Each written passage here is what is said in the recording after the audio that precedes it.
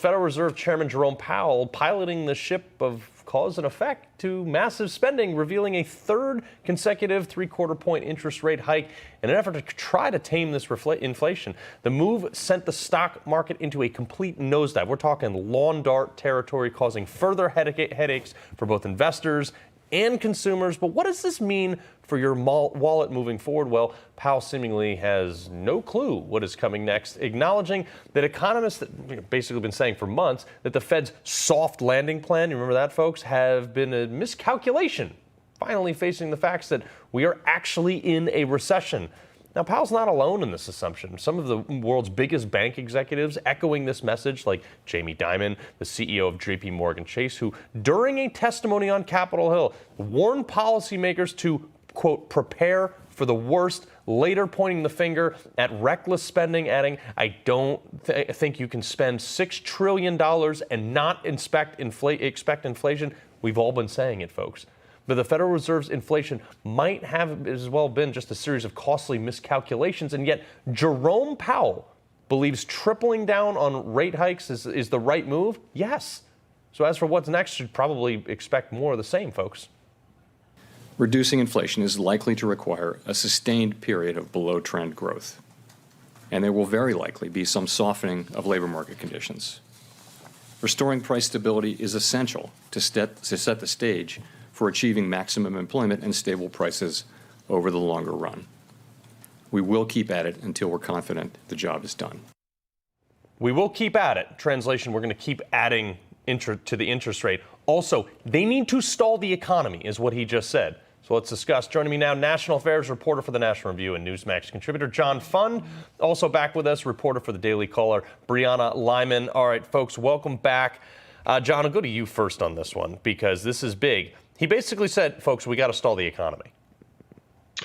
Yes, and what he also should have said is, I'm resigning because I'm responsible for this. I said inflation wasn't going to be anything like this. Look, the response is probably necessary given how much extra spending we've put into the economy, but the British are doing a much better job in their end of the pond. Look, they've had massive tax cuts this week. They're going to cut corporation tax. They're going to cut national insurance tax. They're going to cut income tax. They're going to have a 20% cut in the VAT, the sales tax that they charge for foreign tourists to try to help those sectors.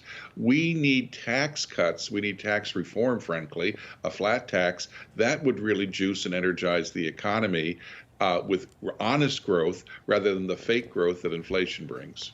Brianna, it seems like any time the federal government gets involved with something, the federal government and a crisis go hand in hand right here. Is this really the solution?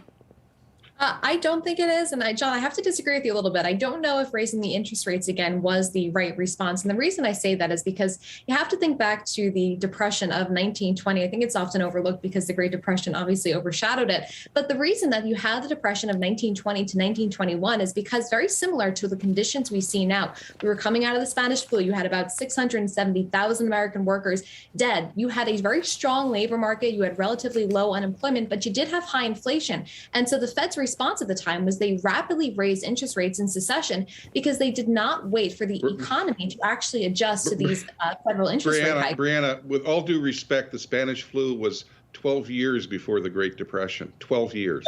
Yeah, before the Great Depression, but I'm not talking about the Great Depression. I'm talking about 1920. How about 10 years before the stock market crash? Look, I'm sorry. I love you, but your history. No, we're also talking about you're coming out of World War I. The Federal Reserve deflated the economy in between 1929 and 1932. I've written papers on this. I'm sorry. I love you, but this is not accurate. No, I disagree because again, I'm talking. If you look at 1920, you look at coming out of. Hold on, John. Let her finish. I'll let you go, John. I'll let you go. Go ahead, Brianna.